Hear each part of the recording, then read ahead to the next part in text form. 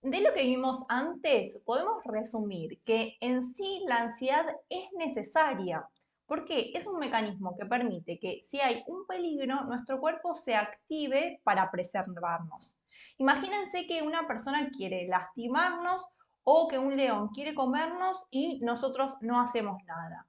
Bueno, ahora bien, es posible que algunos de ustedes estén pensando, vos me estás diciendo que esto es adaptativo, pero yo tengo ansiedad, la paso bastante mal y por eso me anoté en este curso. Ok, vamos a hacer una diferenciación entre lo que es la ansiedad adaptativa y la ansiedad patológica. Hablamos de ansiedad adaptativa cuando esta ansiedad nos permite responder al estímulo de forma adecuada. Permite, por ejemplo, que si hay fuego, nuestro cuerpo salga corriendo para preservarnos. La reacción que se genera es proporcional en tiempo, duración e intensidad al estímulo que la provocó. ¿Qué quiere decir esto? Que la reacción del cuerpo es acorde al peligro y que reacciona en tanto está presente. Pero cuando el estímulo desaparece, el cuerpo vuelve a su estado de reposo, gracias al sistema nervioso, muy bien, parasimpático. Entonces, los cambios fisiológicos se generan cuando está el incendio, pero cuando llegan los bomberos y vemos que tienen el fuego controlado y que estamos a salvo, perdón, la sintomatología empieza a desaparecer. Hay un estresor, ¿sí? O un estímulo desencadenante, como puede ser un león, que representa un peligro para nuestra supervivencia. Entonces se va a generar la activación fisiológica, por ejemplo, la taquicardia, la sudoración, la sequedad en la boca, la palidez, etc. Pero cuando enjaulan al león y tenemos la percepción de que estamos a salvo, entonces se vuelve al estado de calma. Esta ansiedad adaptativa puede aparecer en situaciones habituales novedosas o en aquellas que nos generan incertidumbre, como puede ser una entrevista de trabajo, tener que rendir un examen, tener que hablar en público, etc. La ansiedad patológica, en cambio, surge como resultado de ideas sobre cuestiones cotidianas, pero que no necesariamente son peligrosas, en el sentido que no implican una amenaza para nuestra vida. A diferencia de un león, un ladrón, un incendio, que son situaciones que objetivamente implican un peligro para nuestra supervivencia. La ansiedad se considera patológica cuando el estímulo, generalmente es un pensamiento, da lugar a una respuesta que no es adaptativa, es intensa y es desproporcionada. No es adaptativa porque la activación fisiológica que se genera no es funcional para el peligro que vive nuestra mente. Es decir, si yo estoy en un cumpleaños y veo como peligrosa la interacción con la gente, la activación del cuerpo en cuanto a sentir sudoración, palpitación, extensión muscular, no me ayuda a resolver esa situación, porque no es necesario luchar en una reunión social. Y de hecho, todo lo contrario, esos síntomas me van a dificultar mucho más el intercambio social. ¿Sí? Imaginemos una persona que constantemente tiene el pensamiento de que lo van a despedir del trabajo. Nunca le llamaron la atención, nunca llegó tarde, nunca incumplió ninguna norma. Pero ya sea porque vive en Argentina o porque anteriormente lo despidieron de un trabajo o sin conocer el origen de ese pensamiento, pero cada día que va a trabajar, esa persona piensa que se va a quedar sin trabajo. Al pensar eso, su cerebro interpreta que corre peligro. ¿Y qué hace? Todo lo que vimos en el apartado anterior. Entonces Juan cada día tiene toda la sintomatología, pero eso no lo salva del peligro que le dice su cabeza de lo que puede llegar a pasar. ¿Sí? Que dicho sea de paso, no pasa y él sigue en el mismo trabajo, no le echaron, pero él va de lunes a viernes a la oficina pálido, con sensación de ahogo, con palpitaciones, etc. Entonces, esto último que les acabo de mencionar me da pie para hablarles de otra característica de la ansiedad patológica, y es que interfiere en el funcionamiento cotidiano de las actividades. Porque una cosa es experimentar ansiedad cuando se enciende fuego en la oficina y otra cosa es sentir ansiedad por pensar de lunes a viernes que me van a despedir del trabajo. Las personas con este tipo de ansiedad describen un ruido mental constante. ¿Y si no puedo? ¿Y si llego tarde? ¿Y si me deja mi novio? ¿Y si me despiden del trabajo? Y sin intención de hacerlo, recurren a lo que se llama la rumiación mental, que es un mecanismo que hace que la mente le dé vueltas a una idea, a un pensamiento, a un posible problema, algo que se dijo, algo que se hizo, algo que no se hizo. Esto se da de manera casi obsesiva y lo que genera es que el malestar se sostenga y sea difícil de salir porque la persona queda atrapada en los pensamientos que son los que le generan el malestar. Es como la vaca cuando come pasto y mastica y mastica y mastica. Bueno, así es este mecanismo. Los pensamientos, además, se suelen encadenar entre sí. Por asociación, uno se va conectando con otro y con otro nuevo y todo termina siendo una gran preocupación, aún sin evidencia de que eso pueda pasar.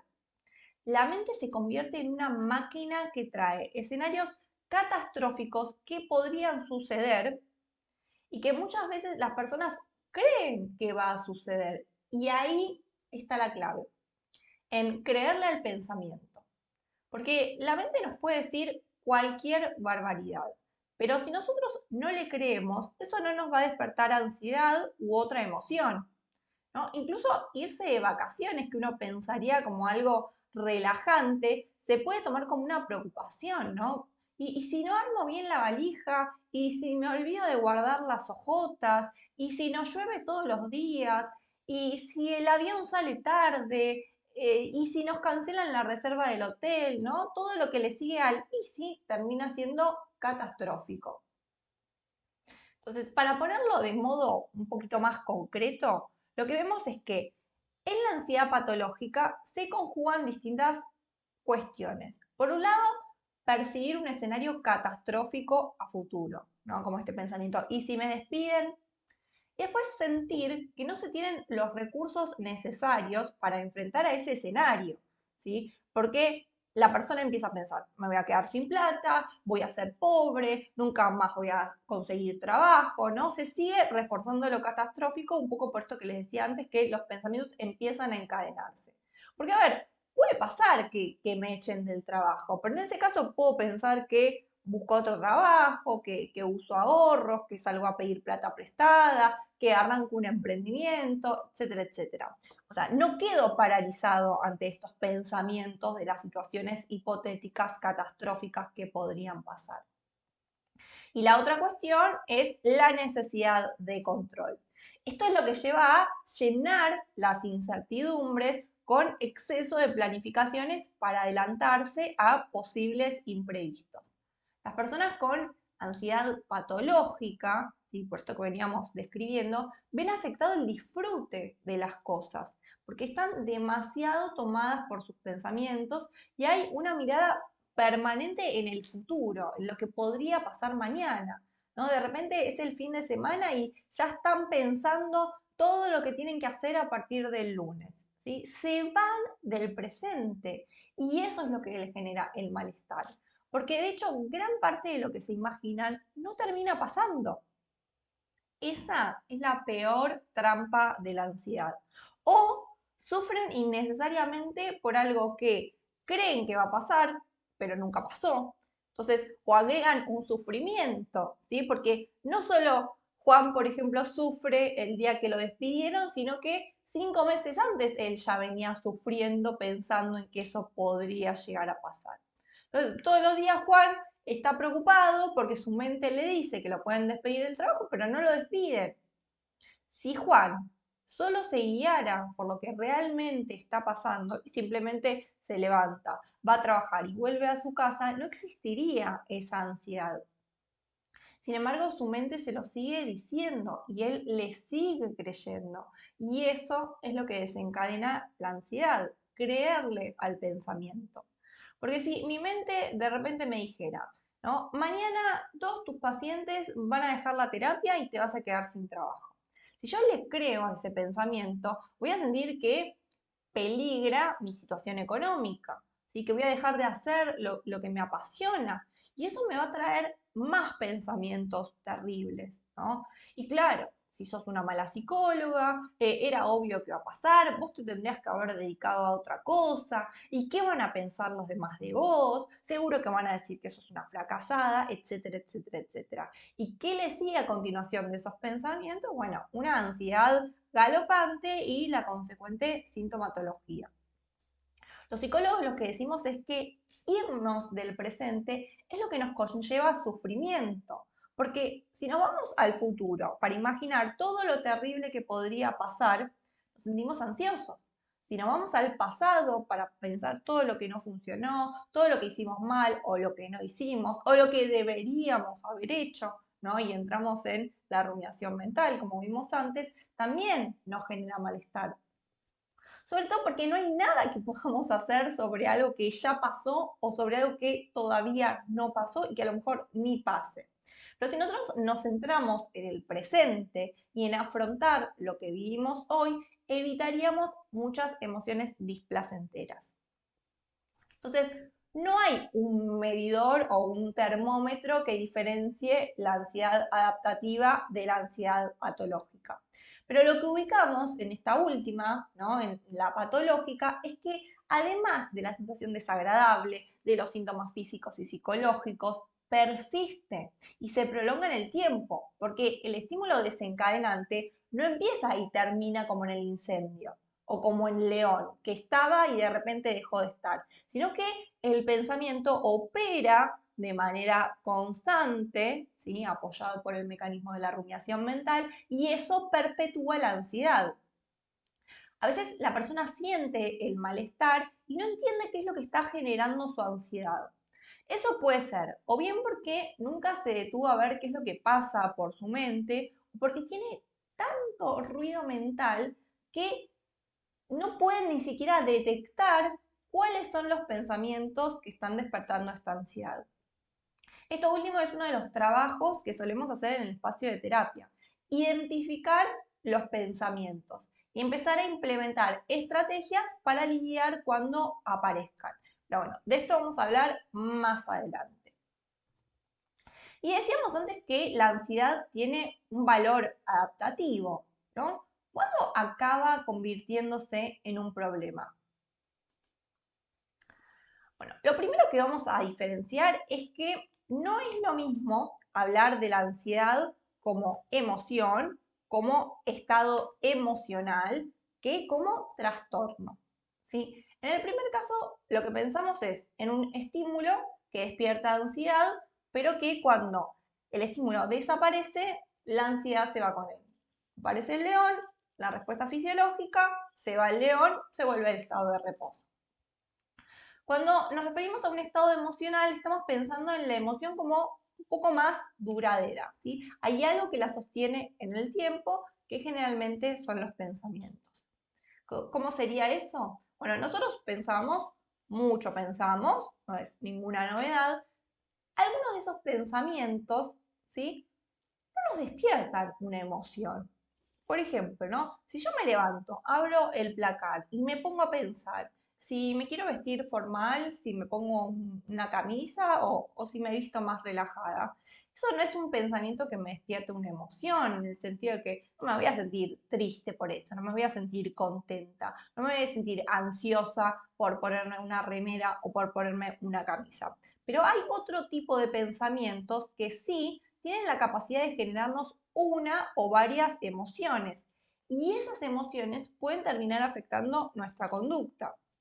Pues vamos a volver a esta secuencia de pensamientos, emociones y conductas. En cambio, cuando hablamos de un trastorno, ya no nos referimos a algo pasajero, no es algo agudo, sino que es algo que persiste en el tiempo. Hay una situación, una alteración clínicamente significativa de la cognición, ¿sí? De la regulación de las emociones y del comportamiento de la persona. Por lo general viene acompañado de angustia y lo que es clave es que afecta la calidad de vida de las personas. ¿Qué significa esto? Bueno, que ese trastorno me impide desenvolverme correctamente en algún área. Puede ser en lo social, en lo académico, en lo laboral, etc. Y volviendo a la pregunta anterior, ¿no? Cuando la ansiedad termina convirtiéndose en un problema, bueno, cuando interfiere y altera nuestra vida cotidiana. Para hablar de trastorno es necesario un diagnóstico y el diagnóstico lo hace un profesional de la salud mental, un psicólogo o un psiquiatra, que lo que va a hacer es va a ir indagando en distintos aspectos y va a ubicar a ver si se cumplen los criterios para poder hablar, en este caso, de un trastorno de ansiedad. No es una cuestión subjetiva, ¿sí? Más adelante vamos a hablar de lo que se llama el DSM-5, ¿sí? Que es un manual eh, diagnóstico y estadístico de los trastornos mentales.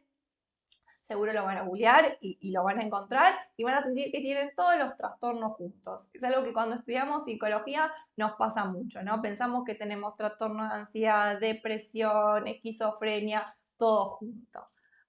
Pero bien, no se autodiagnostiquen y consulten con un profesional de la salud mental si tienen alguna inquietud.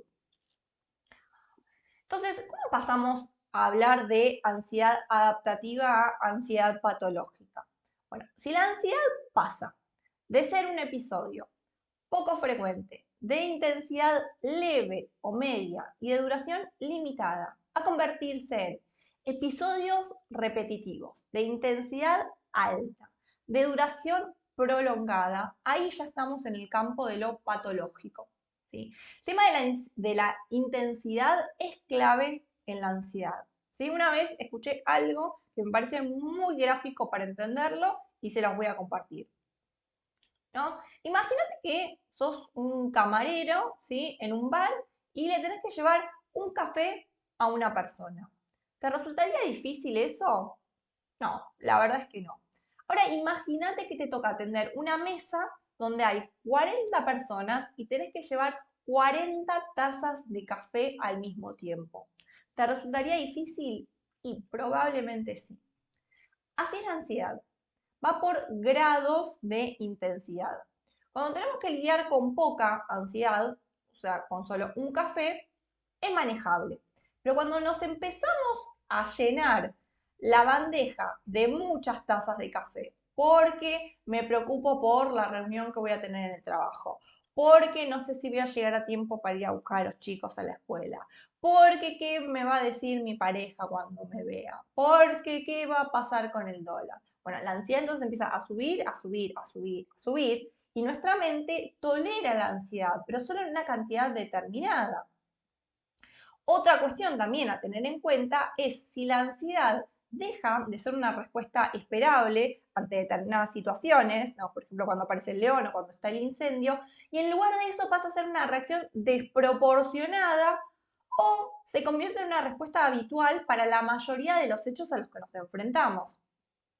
Por otra parte, la ansiedad, ¿sí? Conlleva un grado de sufrimiento alto y duradero en el caso de la ansiedad patológica, en lugar de ser algo limitado y transitorio. Lo que empieza a hacer es causar muchas molestias generalizadas que afectan a los hábitos de la persona, por ejemplo, al sueño, a la alimentación, ¿no? Si ya hay algo de esto que está afectando, ya deja de ser adaptativa.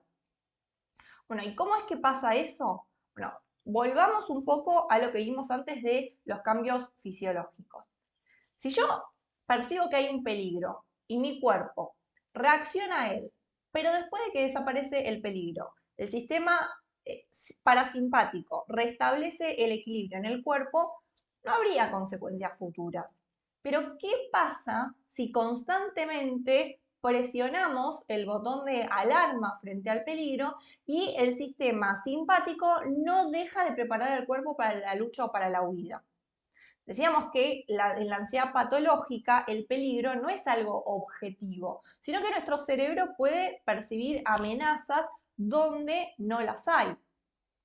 En este caso, ¿sí?, los cambios fisiológicos necesarios para actuar se convierten en sensaciones físicas desagradables que perduran en el tiempo. Veamos algunos casos de síntomas, ¿sí?, que encontramos en la ansiedad patológica que son consecuencia de enviar permanentemente la la señal de peligro. La contracción de los grupos musculares que prepara el organismo para la acción se va a convertir en contracturas musculares, incluso en dolores, en temblores, en espasmos, en calambres, ¿sí? La dilatación de la pupila que habíamos visto que nos permite identificar mejor el peligro, hace que entre más luz en el ojo y eso nos permite la visión más nítida. Pero si pasa permanentemente, esto puede generar molestias como ser visión borrosa, sensibilidad a la luz o incluso ver puntos luminosos. El aumento de la presión sanguínea y la frecuencia cardíaca para intensificar el transporte de nutrientes y oxígeno se empieza a vivir como palpitaciones o taquicardia. La redistribución por parte del torrente sanguíneo de los nutrientes y el oxígeno a las zonas donde son necesarias puede producir pérdida de sensibilidad, puede producir hormigueo, palidez, frío, ¿sí?, generalmente en las manos y en los pies. Asimismo, el hecho de que la digestión se vea enlentecida o frenada cuando pasa en forma permanente puede generar molestias estomacales, náuseas, diarrea, etc. La redistribución del flujo sanguíneo cerebral, ¿se acuerdan que pasaba de la zona frontal a las zonas motoras? Y que facilita, ¿no?, que el organismo se concentre en la acción de luchar o escapar, empieza a generar dificultades porque cuando todo esto pasa frecuentemente, no podemos pensar con claridad, empezamos a sentir confusión, puede aparecer mareo, sensación de irrealidad. Y después hay dos fenómenos que se suelen ver a veces en los ataques de ansiedad, que suelen generar bastante preocupación y desesperación. Uno es la despersonalización. La persona refiere que es como si se observara a sí misma, pero desde afuera de su cuerpo. Y después está la desrealización, que la persona siente que las cosas que la rodean no son reales. Por último, el aumento de la frecuencia y de la intensidad de la respiración, que es necesario para tener más oxígeno en los músculos, puede transformarse cuando pasa en forma permanente en hiperventilación, que puede traer también mareos, debilidad, sensación de desmayo, puede aparecer también opresión o dolor en el pecho, sensación de falta de aire, cansancio también, fatiga. Entonces, la respuesta de lucha, huida y la activación que la caracteriza es muy oportuna ante una situación de peligro que requiere moverse o desplazarse. Pero muchas de las situaciones amenazantes a las que nos enfrentamos hoy en día no necesitan para su solución de esta respuesta motora, ¿sí? Además, una reacción de activación excesiva podría interferir más que facilitar, ¿no? Como en el caso que les mencionaba antes de las personas que viven como peligrosa una interacción social en un cumpleaños. Entonces, esta respuesta automática que se desencadena ante situaciones amenazantes es la que hace miles de años ayudó a los hombres a adaptarse y a sobrevivir en ciertos entornos que podían ser hostiles, ¿no? Entonces, cuando venía un animal salvaje que quería atacarlos o cuando otra tribu quería robarles los bienes, este mecanismo de lucha y de huida era funcional. Pero hoy en día las fuentes de peligro suelen ser muy distintas, ¿sí? Y van cambiando, ¿no? Incluso por cuestiones culturales, sociales, etc. Pero la respuesta fisiológica ante la ansiedad es esencialmente la misma. Entonces, centrémonos en aquello que puede hacer que el sistema nervioso simpático ponga en marcha estos procesos que describimos anteriormente, siendo que hoy es raro, ¿no? Que si vivimos en la ciudad nos encontremos con un león que quiera atacarnos. Entonces, si eso pasara, agradecidos que se ponga en marcha el sistema de lucha o huida. Pero en las personas que sufren de ansiedad o que tienen un trastorno de ansiedad, la alarma se puede disparar frente a estímulos que no solo pueden ser externos, sino también internos. Me refiero a los pensamientos, ¿no? Entonces, ¿qué pasa cuando el peligro es generado por nuestra mente, por nuestra imaginación, por nuestros pensamientos? Hay una cuestión. Nuestro cerebro no diferencia la fantasía de la realidad. Y si nosotros creemos que estamos en peligro, nuestro cuerpo va a reaccionar como si el peligro fuera real. A mí me gusta usar esta metáfora, ¿no? Es como si tuviéramos al león internalizado. Y eso hace que se desencadene la reacción.